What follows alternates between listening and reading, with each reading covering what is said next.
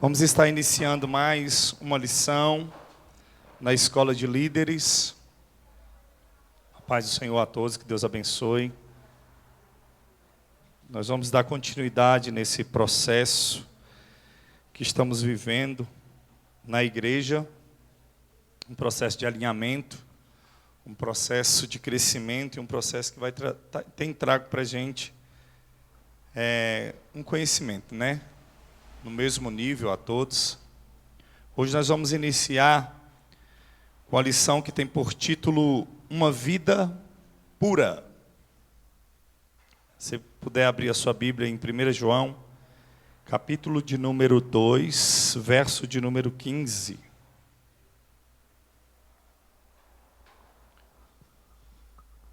Sei que a Bíblia nos garante e quer que nós vivamos uma vida com o Senhor, uma vida pura, uma vida totalmente voltada à palavra do Senhor. E eu sei que os planos do inimigo é nos tirar desse propósito. 1 João, capítulo de número 2, a partir do verso de número 15. Você que puder ir anotando também. Podemos ler? Diz assim: Não ameis o mundo, nem as coisas que há no mundo. Se alguém amar o mundo, o amor do Pai não está nele. Porque tudo que há no mundo, a concupiscência da carne, a soberba da vida, não procede do Pai, mas procede do mundo. Ora, o mundo passa, bem como as concupiscências. Aquele, porém, que faz a vontade de Deus, permanece eternamente. Quando eu falo de uma vida pura, a gente tem que ver também os projetos do inimigo para que nós não possamos viver essa vida. E uma das coisas que o inimigo tem, um dos seus planos, que ele tem entrado, tem até acontecido agora na internet, um filme que está passando.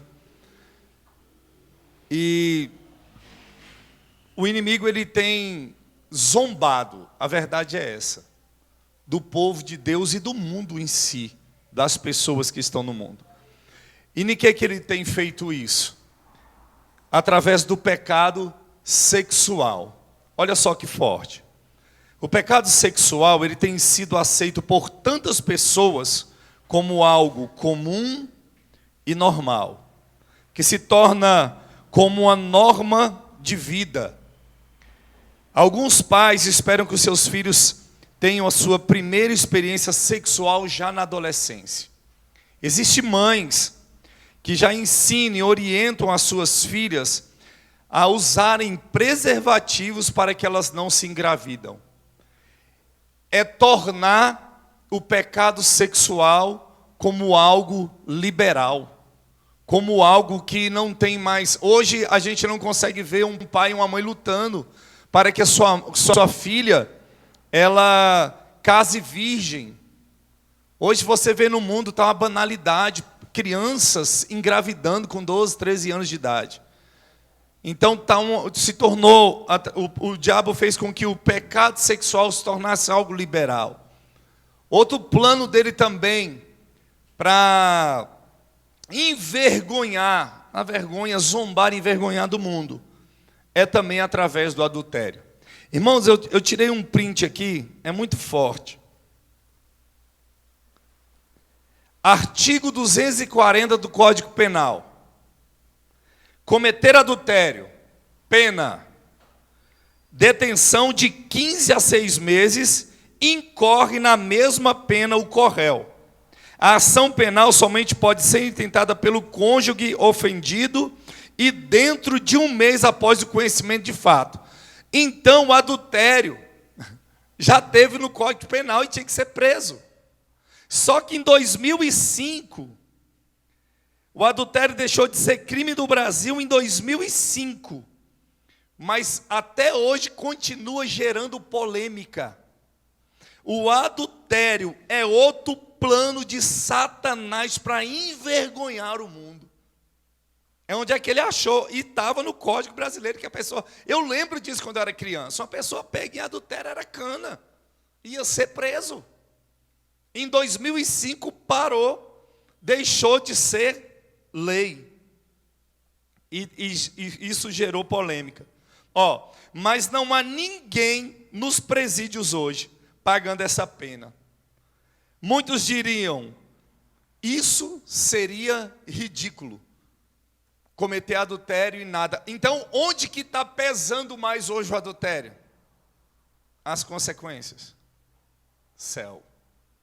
E o inimigo sabe disso. E tem banalizado de uma forma... Só que também ele tem achado o seu plano através de revistas, filmes pornográficos que circulam livremente nas ruas e praças. E por que não dizer também na casa de muitas pessoas? Irmão, isso é uma zombaria do inferno em favor do povo. O diabo entrou. Olha o que diz em Gálatas, capítulo de número 6, verso de número 7. O inimigo pode até zombar. Mas a palavra do Senhor em Gálatas 6, 7 diz: não erreis. Deus não se deixa escarnecer. Não erreis. Deus não se deixa escarnecer. O dia e a hora dos escarnecedores vai chegar. O dia e a hora. Algumas pessoas, numa atitude de zombaria, tentam escarnecer do eterno Deus e da sua palavra. A Bíblia, em Gálatas 6, 7, é uma dura advertência de Deus para os escarnecedores. Não erreis. Deus não se deixa escarnecer, porque tudo o que o homem semear, isso também ele vai colher. Sim, o Senhor não deixará sem punição os que se levantam contra ele em zombaria. Cuidado, o Eterno não tarda em agir contra os escarnecedores. Tem gente que ri porque a criança se engravida. Tem gente que ri porque o filho cai em pecado. Tem gente que ri porque alguém erra um versículo aqui. Tem gente que ri se alguém aqui desafina. Irmão, tudo isso é zombaria. E a palavra do Senhor diz, aqui não, comigo não tem zombaria.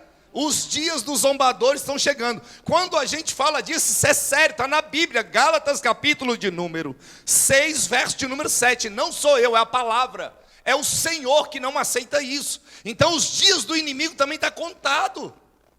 Já está decretado.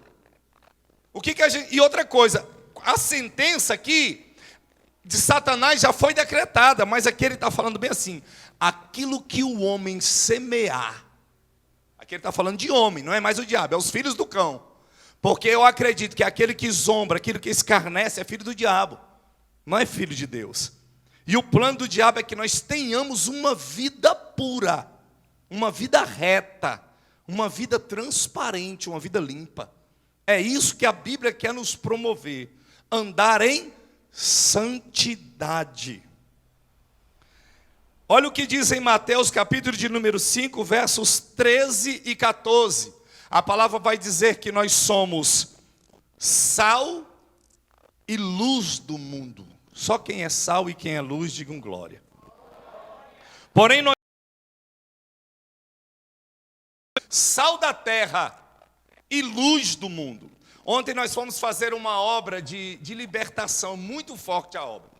Nós fomos fazer, irmãos, mas na hora da obra de libertação, que o povo estava sendo liberto, você ouvia a risada do diabo, querendo intimidar a gente, dizendo que aquilo que estava sendo feito não estava valendo a pena.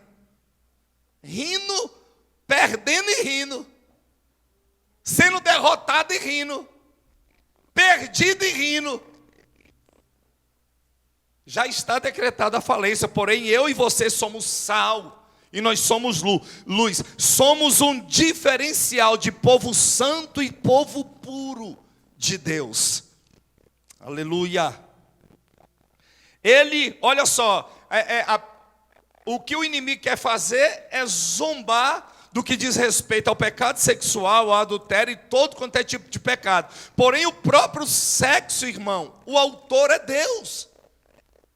Deus ele fez, Deus ele criou. A relação sexual é uma relação pura e santa. Desde que seja feito dentro dos limites e propósitos de Deus, que aonde que é? No casamento legal. Dentro de um casamento. Aí o que o inimigo pega e faz disso algo que vai trazer vergonha, que vai trazer escândalo, que vai trazer uma queda, que vai trazer uma gravidez indesejada, que vai trazer uma gravidez ainda na adolescência. O inimigo que distorce isso, mas quem fez isso foi o Senhor, o sexo. A atração sexual entre o homem e a mulher é algo normal e foi estabelecida por Deus, visando a felicidade do casal e também para a procriação. Porém, por ser uma relação forte e atraente, Deus estabeleceu regras, estabeleceu limites bem claros, os quais precisamos respeitar, pois, uma vez desobedecendo, vamos colher desgraças e tristezas para a nossa vida. É aonde que há o pacto de sangue, transferência de demônios. Aonde que é? Na relação sexual, é essa fora da Bíblia, fora da palavra do Senhor. É muito forte o que o Senhor quer falar ao nosso coração. Lá em João, onde nós lemos 2,15, muitas vezes o amor e o ódio caminham lado a lado. Não tem como. O amor e o ódio muitas vezes vão caminhar lado a lado. Olha o que diz a palavra do Senhor no Salmo 97:10. Vós que amais o Senhor, detestai o mal. Ou o ódio e o amor caminhando junto. Eu amo a Deus, mas detesto o mal. O apóstolo Paulo escreve: o amor seja sem hipocrisia, detestai o mal, apegando-vos ao bem. Romanos 12:9. O mal e o amor caminhando junto. Eu amo a Deus, mas detesto o mal. Detesto aquilo que é contra a palavra do Senhor. A mesma Bíblia nos ensina a amar a Deus e ao nosso próximo. Também nos ensina a não amar o mundo. Hoje eu quero explicar para vocês 3 tipos de mundo que existe. Eu vou trazer esses três mundos para você entender o mundo que o Senhor quer que a gente se afasta, que a gente fuja. Vamos lá. Por causa da incompatibilidade entre o amor do mundo e o amor do Pai, como está em 2,15, em 1 João 2,15, não ameis o mundo nem as coisas que há no mundo. Se alguém amar o mundo, o amor do Pai não está nele. De que tipo de mundo João está falando? Eu vou trazer os 3 mundos. O primeiro mundo, o mundo físico. Qual é o mundo físico? O universo. Deus fez o mundo e tudo que nele existe. Você pode anotar assim: mundo físico, Atos 17:24. Que mundo é esse? É o mundo que Deus fez e tudo que existe no mundo. Atos 17:24. É o primeiro mundo, o mundo físico. Há também o mundo humano, ou seja, a humanidade. Porque Deus amou o mundo de tal maneira que deu o seu Filho unigênito, para que todo aquele que nele crê não pereça, mas tenha vida eterna. João 3,16.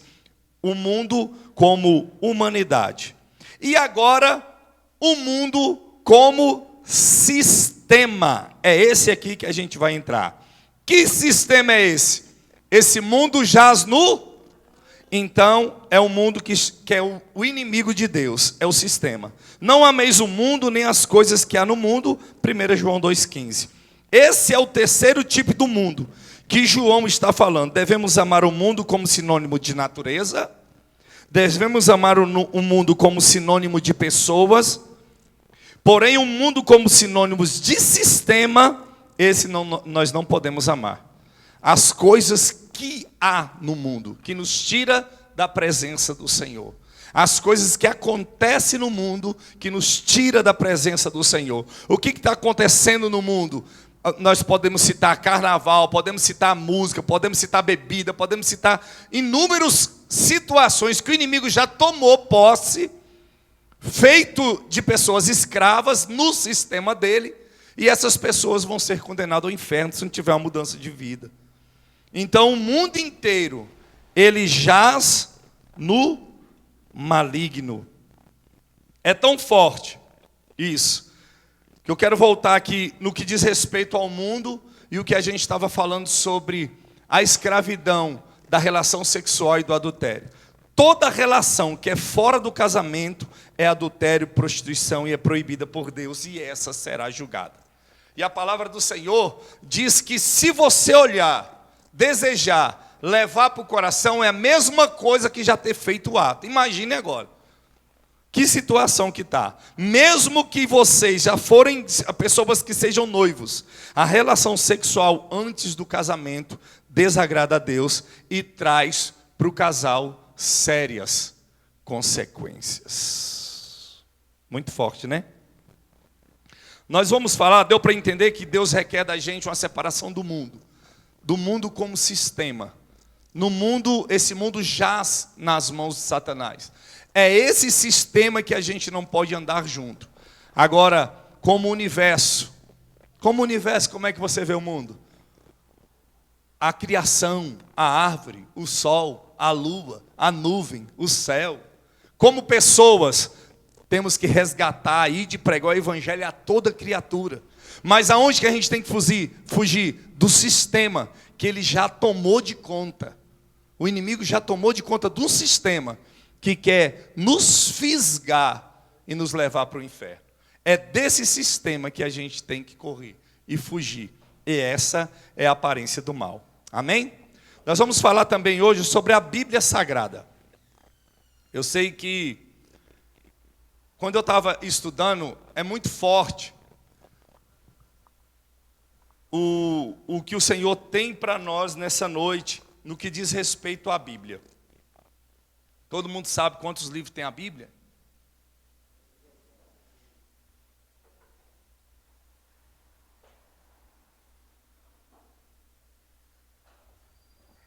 (66 livros).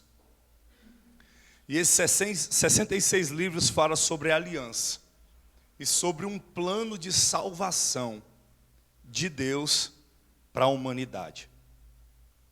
E a Bíblia ela foi gerada de Deus e pela vontade de Deus, e não pela vontade humana. Porém, Deus fez com que os homens fizessem parte desse processo. Pelo poder do Espírito Santo, pela inspiração do Espírito Santo, homens foram movidos a escrever, a redigir o livro da Bíblia. E é tão forte que eu estava vendo algumas religiões, como elas creem na Bíblia. Irmão, é muito profundo isso. E eu queria que você anotasse, que isso aí vai falar muito com você depois. Como creem algumas religiões no que diz respeito em relação à Bíblia. As testemunhas de Jeová, elas creem assim. Creem na Bíblia, nos ensinos da torre de vigia, onde vem o comando de tudo, os livros, os ensinamentos, os contextos humanos. Vem da torre de vigia, e juntando a Bíblia mais os ensinamentos da torre de vigia, é igual à palavra de Deus. Gravou aí? Deu para entender?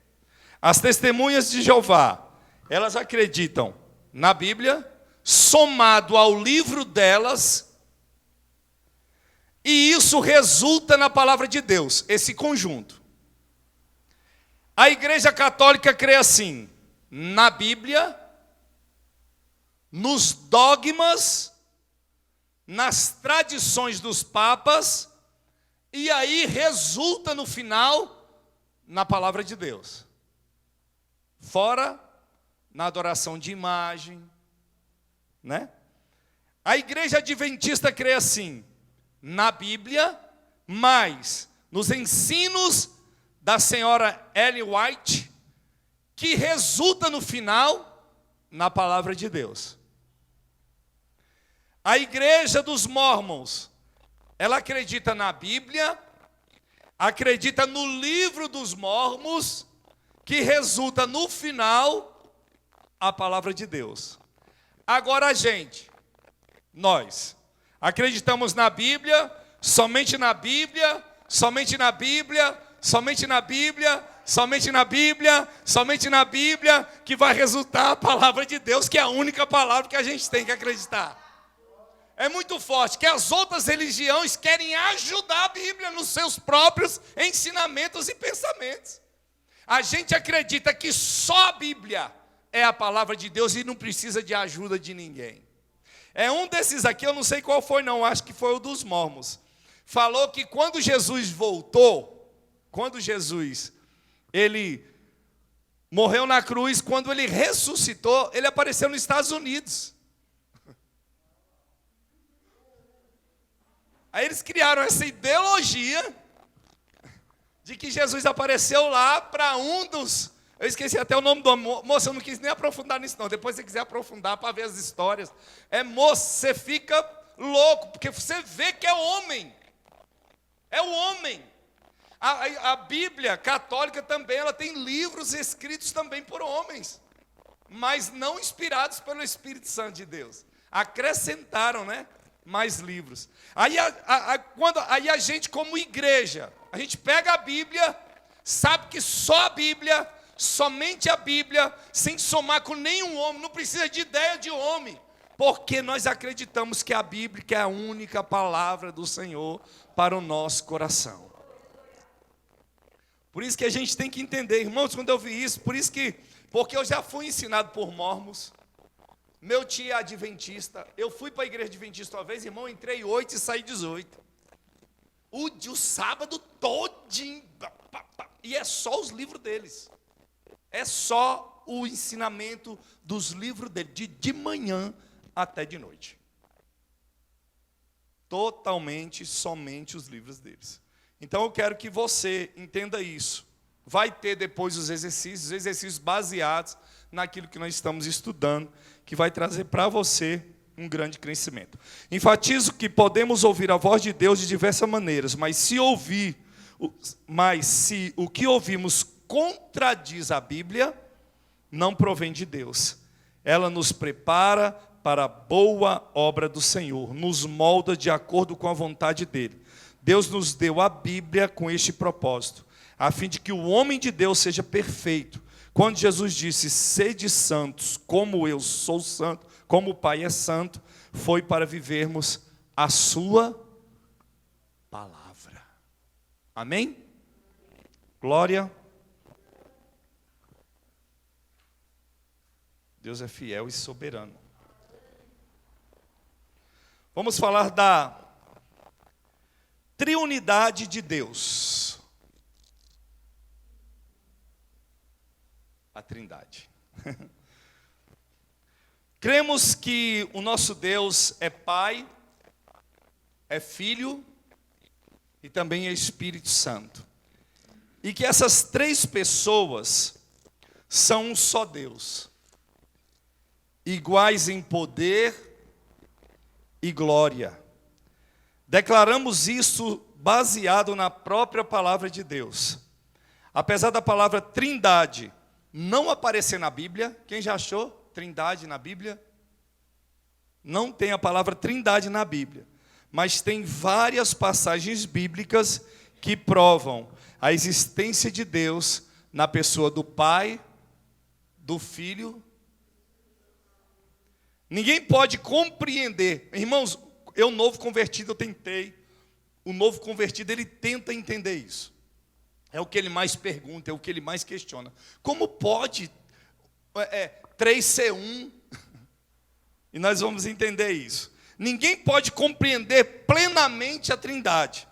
É impossível compreendermos Deus com nossa mente limitada, pois Deus é infinito. Aliás, não conseguimos compreender nem a criação desse Deus infinitamente poderoso.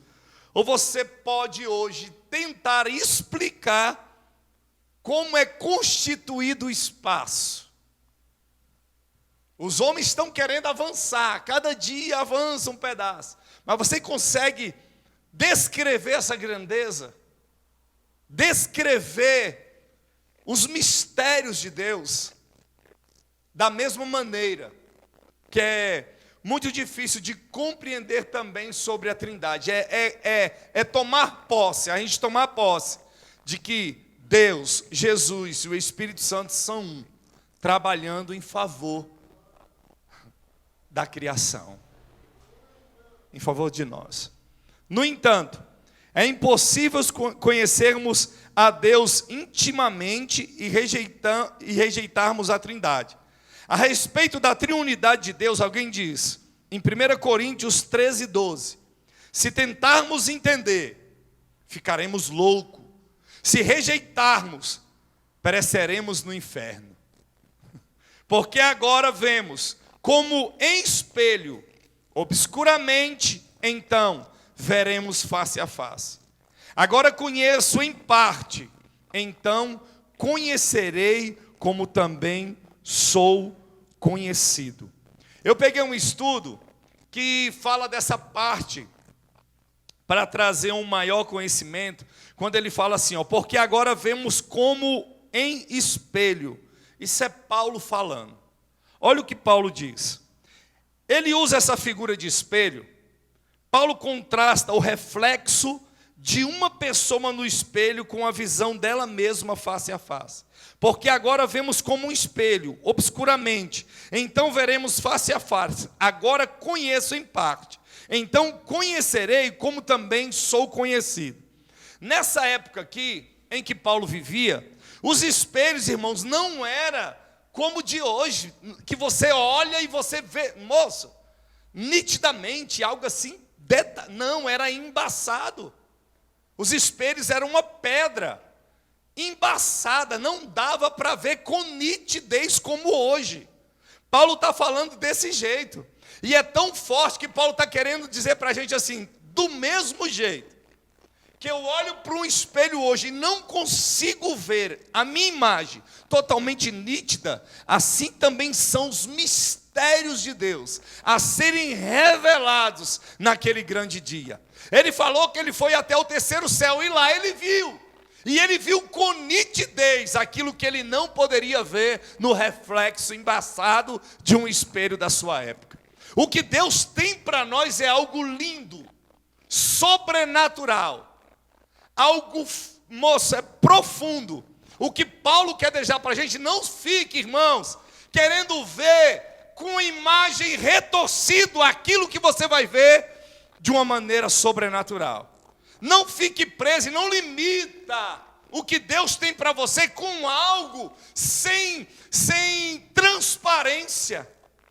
A gente leva o evangelho como algo com muita dificuldade. Eu não consigo ver o que Deus tem para mim.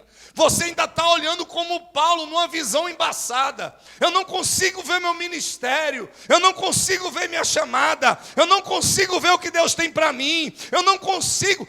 Deus mostra para todo mundo, mas quando eu me olho no espelho eu não consigo ver. É porque você vê ainda da maneira que Paulo estava vendo. Você vê face a face, mas de uma maneira embaçada. Ainda não está totalmente nítido aquilo que Deus tem para você. Mas eu creio que o Espírito Santo vai trazer essa clareza. Eu creio que o Espírito Santo vai trazer para você essa transparência que você precisa ter e viver em Cristo, sem gerar nenhum pingo de dúvida. Paulo diz que ele foi ao terceiro céu, viu e ouviu coisas que não são lícitas de serem relatadas ao homem. Não conseguimos entender agora o esplendor da glória. Irmão, no começo da minha chamada e do ministério, eu não conseguia entender, mas eu queria. Eu não conseguia ver o fim, mas eu queria. Eu não conseguia ver como é que ia terminar os meus dias com o Senhor, mas eu queria. Eu queria tudo que fosse meu, independente das situações que eu ia ter que passar. Eu orava bem assim: Deus, abrevia os dias na obra que o Senhor tem comigo. E a pastora Sandra ainda falava bem assim: como é que você ora assim? Eu sou casada com você. Se vier o vento, a luta e a tempestade, está pedindo para vir tudo muito rápido. E eu estou do seu lado, você tem que me respeitar. Mas eu só queria era viver. Eu queria tomar posse de tudo aquilo que já me falaram, de tudo que a Bíblia me garantia, de tudo que Deus tinha para mim, da onde Ele me tirou. Eu tinha pressa para viver o que Ele tem para mim. Ainda estou nessa caminhada.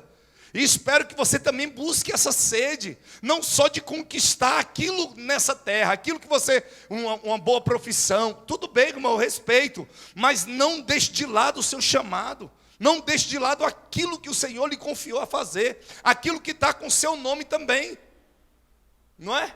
Aquilo que Ele guardou para você, aquilo que Ele guardou para você exercitar hoje, não é amanhã, é buscar com toda força, é buscar com toda graça aquilo que o Senhor tem para você nessa terra. Tome posse daquilo que Ele tem para você, em nome de Jesus. Em João 14:9, Jesus, Ele se identifica como Pai. Estamos falando aqui da triunidade de Deus. E Jesus, Ele se identifica com o Pai. Jesus se identifica com o Pai. No verso 16 ele fala do Espírito Santo como sendo o Consolador que viria para tomar o seu lugar. Vamos ler João 14,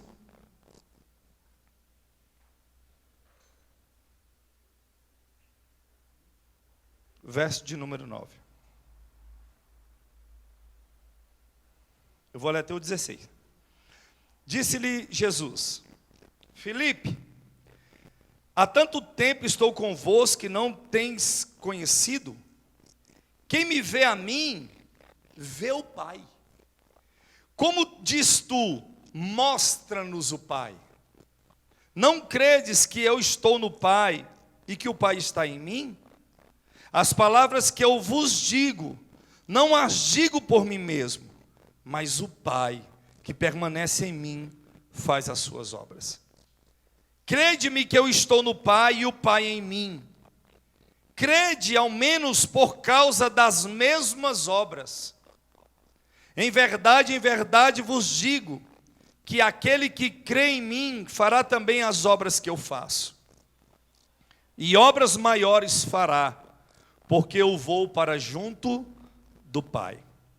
E tudo quando pedirdes em meu nome, isso farei, a fim de que o Pai seja glorificado no Filho. Se me pedirdes alguma coisa em meu nome, eu farei. Se me amais, guardarei os meus mandamentos. E eu rogarei ao Pai, e Ele vos dará outro Consolador, a fim de que esteja para sempre convosco. Por que a gente acha tão difícil de tomar posse desse versículo de número 12, quando ele diz assim: em verdade, vos digo, que aquele que crê em mim, fará também as obras que eu faço, e outras maiores fará, porque eu vou para junto do Pai. O diálogo aqui é com Filipe, com um discípulo que andava. Mas a promessa é estendida para até agora, até a volta de Cristo. Você crê em Jesus? Você crê nas obras que Ele fez? Você crê que Ele tem todo o poder? Porque Ele diz que aquele que crê em mim, não vão fazer só as obras que Ele fez, mas obras maiores. Ele se revela. Jesus, Ele se revela no Pai. Jesus diz aos discípulos que conhecê-lo é a mesma coisa que ver o Pai. Irmão, é profundo isso. Mas também é um pouco, a gente fica um pouco assim sem entender, porque a gente entende que Deus é sobrenatural, algo grande, algo lindo. Aí a gente olha para Jesus como um homem, talvez eu teria a mesma dúvida. Como que eu posso ver Deus nesse homem? Como que eu posso ver Deus num homem aqui? Olha, porque o homem é limitado. Mas o que Jesus fazia dele um grande Deus, através do seu poder, através dos milagres que ele exercia. E nesse diálogo com Filipe, Filipe diz: Senhor, mostra-me então o Pai. Só me mostra, isso para mim já basta. E Jesus, se você me vê, você vê o Pai. E aqui são 3 verdades que são enfatizadas aqui por Jesus. E olha que profundo que Jesus fala para Filipe. Olha essas 3 verdades. A primeira, Jesus é a exegese do Pai. Anota isso aí para mim. Pastor, o que é exegese? É o esclarecimento, é a dissertação, é a interpretação minuciosa do Pai.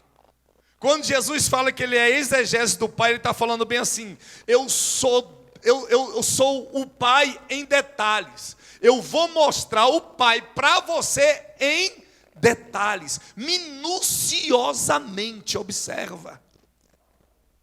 É muito forte isso. Eu não vou só mostrar o Pai, mas eu vou detalhar ele para você, Filipe. Eu vou mostrar ele em detalhes. Jesus havia afirmado: ninguém jamais viu a Deus. O Deus unigênito que está ao lado do Pai foi quem o revelou em João 1,18. Agora diz que quem o conhece, conhece o Pai. E quem o vê, também vê o Pai. Jesus é a própria exegese de Deus. Nele habita corporalmente toda a plenitude da divindade. Ele é o resplendor da glória, a expressão exata do ser Deus. Oh, aleluia. Essa é a primeira verdade. Jesus é a exegese do Pai. A segunda verdade, Jesus é o arauto do Pai. Pastor, o que é o arauto? Aquele que torna a notícia pública. Ele tornou, através dele, ele tornou Deus público. Ele falou, ele foi o arauto, ele foi a voz. Ele foi a voz, ele foi a voz de Deus na terra. Glória. Jesus não é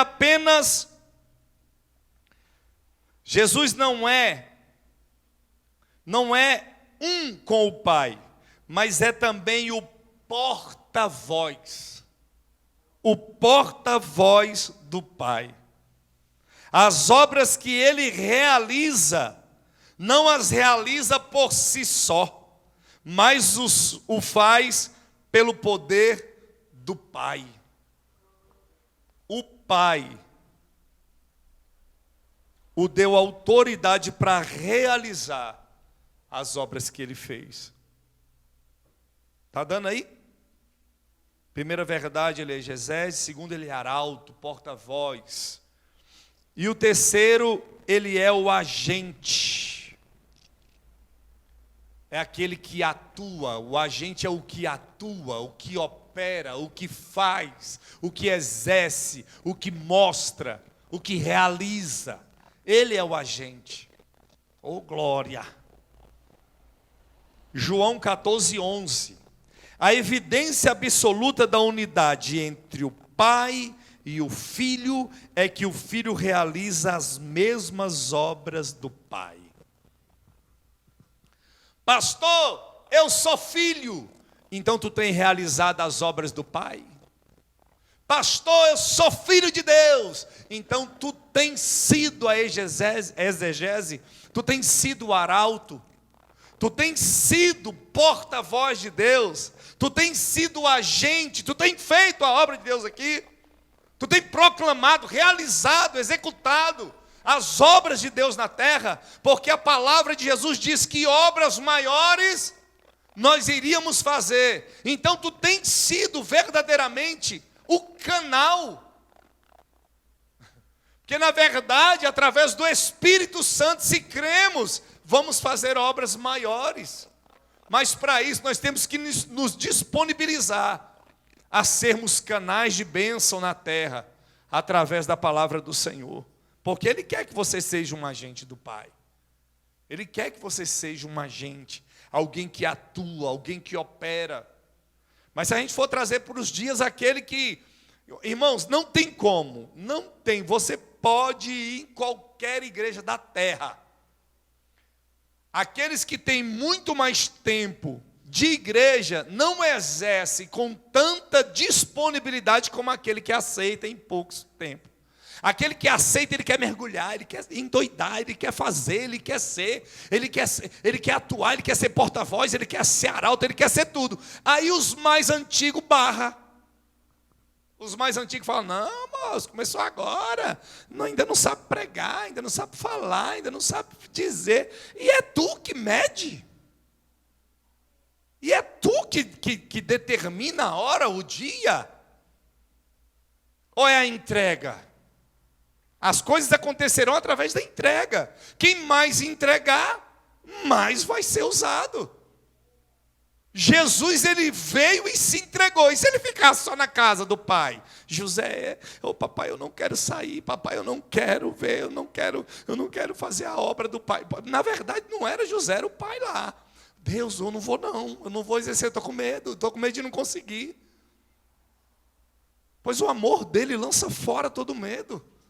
E a gente, na verdade, não tem que ficar preso em pessoas. A gente tem que ficar preso no Pai. Porque nós somos imagem do Pai. É o Pai que direciona.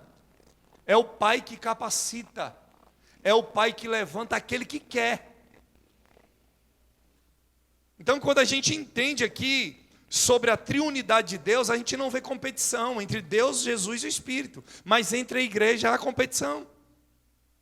Mas a gente não vê Deus falando, espera porque agora sou eu. Não, Jesus, Deus, é eu que vou. Não, o Espírito Santo não, deixa que eu vou. Você não vê competição, porque eles são um. Por que a gente não é um também? Por que a gente não segue esses princípios? De que em Cristo nós somos um. A gente fala muito de união, unidade, mas não vive. Então, depende de quem? De um e do outro para que a unidade aconteça. Quem entende isso, diga glória a Deus. Então não é barrar, é incentivar. Que Deus levante Barnabés aqui, incentivadores, para que a obra do Senhor cresça com excelência. Para que a obra cresça com unidade. Que nós possamos ser, sim, a própria interpretação minuciosa de Deus. Que nós possamos ser, sim, aquele que torna a notícia pública. Que nós possamos ser, sim, o agente que atua e que opera. O mundo só vai ouvir falar de Deus se tiver alguém que abra a boca para falar. Se não tiver porta-voz, nunca que vai chegar a notícia. Por mais que a tecnologia chegue, se alguém não apertar o botão, a notícia nunca vai. Então que nós possamos ser esse que aperte o botão, para que o evangelho continue a ser proclamado. Para que a gente venha falar de uma forma sobrenatural sobre a palavra do Senhor. Ele é o agente do Pai, ele é o verbo criador. O Pai e ele trabalham até agora. O Pai, o Filho e o Espírito nunca deixaram de trabalhar. Eles estão trabalhando em meu favor e ao seu favor. E eu quero ainda falar sobre a triunidade que existe também através de algo que a gente sempre faz aqui nos finais do culto e que o Rafael sempre pede que aconteça no GF. O que é, irmão? Ele também está na bênção apostólica como um Deus triuno. A bênção apostólica está em 2 Coríntios, capítulo de número 13, dependendo da versão da Bíblia, está no versículos 13 e 14. Capítulo 13, verso 13. Algumas versões vai se estender até o verso 14.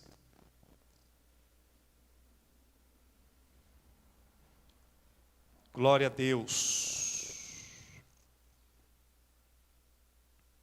Como eu disse, embora a palavra trindade ela não apareça na Bíblia, o seu conceito é meridianamente claro em toda a Escritura.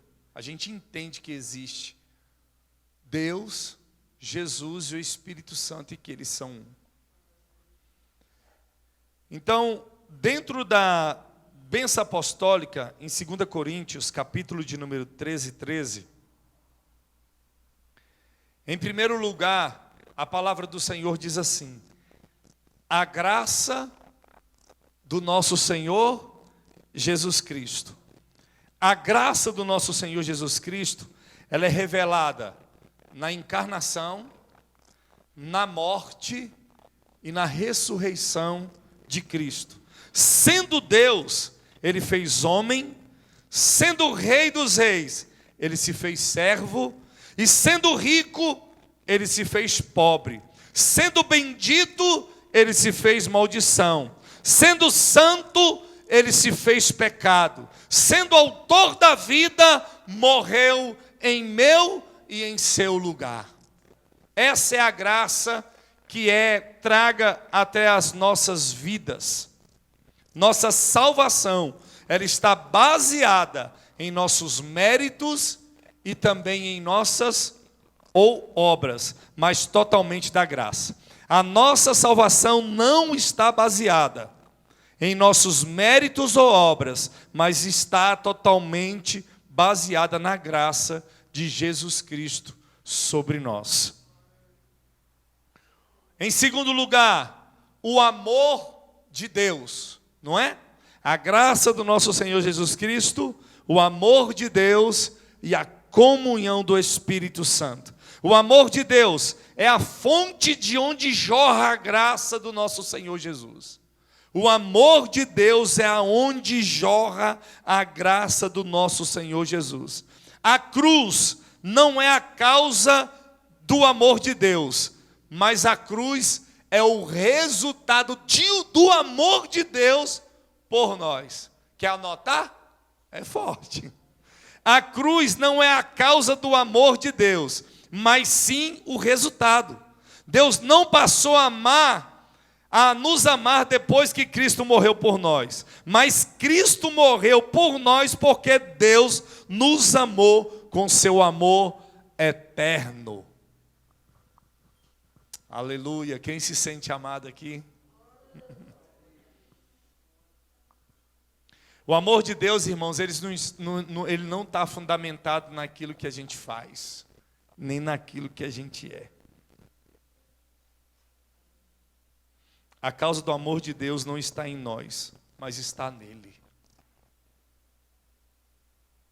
Não é o que a gente... Você já pensou se ele fosse fazer uma separação do jeito que a gente é? E ele falasse assim: eu não vou te amar porque você é ruim.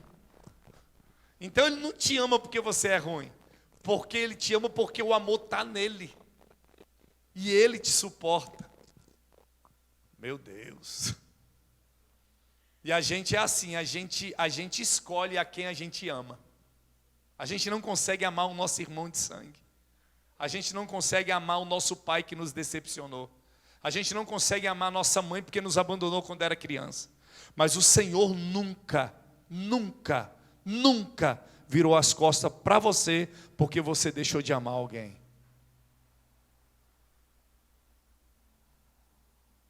Eu estava pensando nisso, é muito mais profundo do que a gente pensa. A gente, por qualquer coisa, a gente deixa de amar. Então nunca foi amor. Porque o amor tudo suporta. No amor tudo se espera. Nunca foi amor. Nunca foi amor. Porque se o amor ele é gerado por atitude, a gente tem que fazer algo para provar esse amor. Não deixar de amar. Por isso que o amor dele, ele nos constrange. Agora o amor dele está nos constrangendo com essa verdade. Porque independente do que você faz e o que você é, ele nunca virou as costas para você. Ele nunca virou as costas para mim. Nunca. e também a comunhão do Espírito Santo. Conhecemos a graça do nosso Senhor Jesus Cristo. Experimentamos o amor de Deus mediante a comunhão do Espírito. Quer dizer, quando a gente se sente amado? Quando a gente conhece o Espírito Santo de Deus. Quando você vai se sentir amado? Quando você começar a ter experiências com o Espírito. Sabe por que a gente não ama? Porque a gente ainda é carnal. A gente não ama porque quem manda ainda é a gente. Mas quando o Espírito Santo se apossa, a gente não mente, a gente não engana, a gente é transparente. Quando o Espírito Santo, quando você tiver experiências com o Espírito Santo, o seu pensamento não é o de hoje. Quando você tiver experiências sobrenaturais e comunhão, está falando da comunhão com o Espírito. Quando você tiver essa comunhão, você não pensa mais como você pensa. Você não age como você está agindo. E você não faz o que você está fazendo. Quando existe uma comunhão com o Espírito, a nossa maneira de ser é outra. Muda totalmente os resultados. Muda totalmente o nosso jeito de ser. Somente o Espírito Santo pode aplicar em nós a graça. Somente Ele pode nos revelar o amor de Deus. Somente o Espírito pode nos convencer dos pecados e nos regenerar e nos santificar. Somente no Espírito há mudança. Somente no Espírito há restauração. Somente no Espírito há santificação. Somente no Espírito há verdade. Somente no Espírito há crescimento. Somente no Espírito há transparência. Somente no Espírito há o verdadeiro amor. Somente no Espírito há a capacitação do céu. Somente no Espírito você vai pensar como Jesus pensa. Somente no Espírito você vai agir como Jesus age. Somente no Espírito você vai amar como Jesus ama. Não existe outro meio. Não existe. A transformação ainda não chegou na vida de muitos. Ainda não chegou. O amor de Deus nos leva até o Calvário, onde Deus deu o seu Filho como sacrifício por nossos pecados. Meu Deus. Qual seria a sua atitude diante dos dois ladrões que estavam na cruz de Jesus? Diante de todo o tormento que Jesus estava vivendo, das traições que ele tomou. Se fosse você, diante daquela situação, você ainda teria tempo para amar alguém que errou e dizer para aquela pessoa que todos os pecados dela estariam perdoados? Por menos, nós não suportamos. Por menos, nós não perdoamos. Por muito pouco, a gente nem olha, nem dá a paz do Senhor mais. Nem decreta aquilo que Jesus nos deu, que é a paz. Quando fala de Calvário, fala de martírio, fala de traição, fala de angústia, fala de solidão. Pai, se tu puderes, afasta de mim esse cálice. Mas também fala de recomeço, fala de milagre, fala de perdão, fala de céu. No Calvário também foi gerado o perdão para mim e para você, através da comunhão do Espírito Santo. Foi através do Calvário que nós fomos presenteados com o nosso amigo Espírito Santo. E qual foi a última vez que você falou com ele? Qual foi a última vez que você teve liberdade de conversar com o Espírito? A gente está tendo uma ideia muito diferente do que é relacionamento e comunhão com o Espírito Santo. É mais ou menos assim. Você tem que saber que você vai embora com Ele, que Ele está com você em todo o tempo, Ele está em você. Você tem que saber disso. Ele não está no corinho de fogo. Ele não está na ministração do louvor somente. Onde você fecha o olho e quando sente, aí dá lugar. Não, não, não. Você pode dar lugar agora quando você for embora. Você pode senti-lo quando você estiver indo. Você pode senti-lo em qualquer lugar, porque Ele está em você. Ele habita em você. Então Ele só não vai manifestar através de louvores, através de corinho. Não é isso. Eu estou falando de comunhão. Comunhão é estar junto em todo tempo. Relacionamento, ensinamento. Quem tem comunhão ouve, mas também fala. Quem tem comunhão cresce.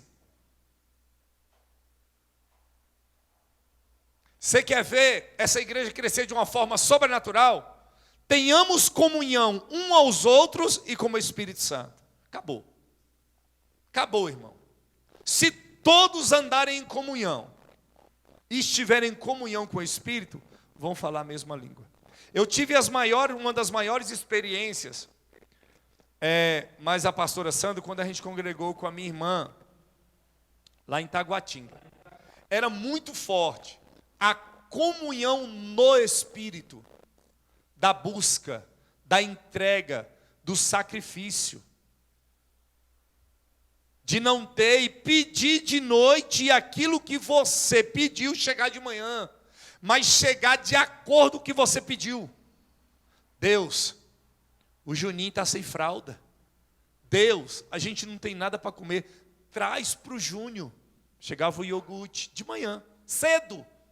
Ai, eu passei ali, fui comprar pão, fiquei incomodado, trouxe a fralda, trouxe o iogurte, trouxe o salgado, ainda trouxe o dinheiro para você ir ver sua mãe. Irmão, essa oração eu não escutei de ver a mãe. Você não sabe o que é comunhão com o Espírito Santo. Quando há essa comunhão, há transformação no casamento, há transformação dos filhos, há transformação em nós, há novidade. Quando eu oro, o Espírito Santo me transforma, porque é Ele que intercede por mim com gemidos inexprimíveis. Então o Espírito Santo, quando você for orar por mim, apresenta essa área da minha vida que precisa de mudança. Quando o Espírito Santo, quando você for clamar por mim, gemer por mim, que eu não der conta, apresenta essa situação diante do Pai, diante do advogado. Comunhão é saber que em qualquer fase da sua vida, Ele está contigo. Comunhão é independente de intempéries, de tempestade, de bonança, de alegria, de tristeza, de perca, de conquista. Ele está contigo. Mas a gente é fácil de falar bem assim: eu vou caminhar minha carreira solo. Eu vou resolver com o meu braço. Vou resolver com a minha força. Eu tomo decisões sem direção do Espírito. Eu falo, eu vou fazer assim porque é assim que eu quero. Isso não é comunhão. Isso não é relacionamento. Eu já falei com a minha esposa, mas quem dirige a sua vida não é tua esposa. Quem dirige a sua vida é o Espírito Santo de Deus. É Deus, é Jesus, é a triunidade. Que a graça, o amor de Deus e a comunhão no Espírito esteja com você. Em nome de Jesus.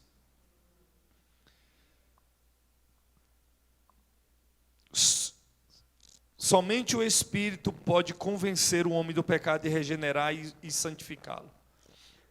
A graça do Senhor Jesus Cristo nos traz à memória o seu nascimento.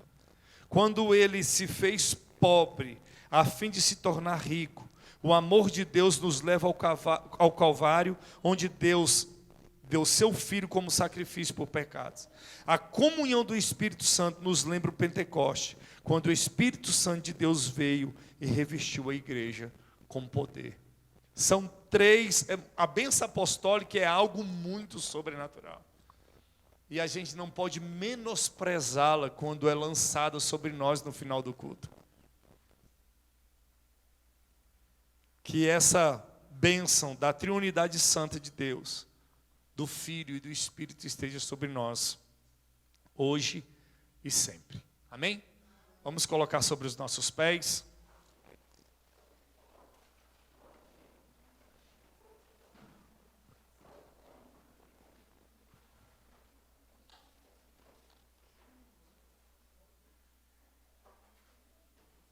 Na próxima terça nós vamos falar de assuntos também que vai nos trazer grande crescimento.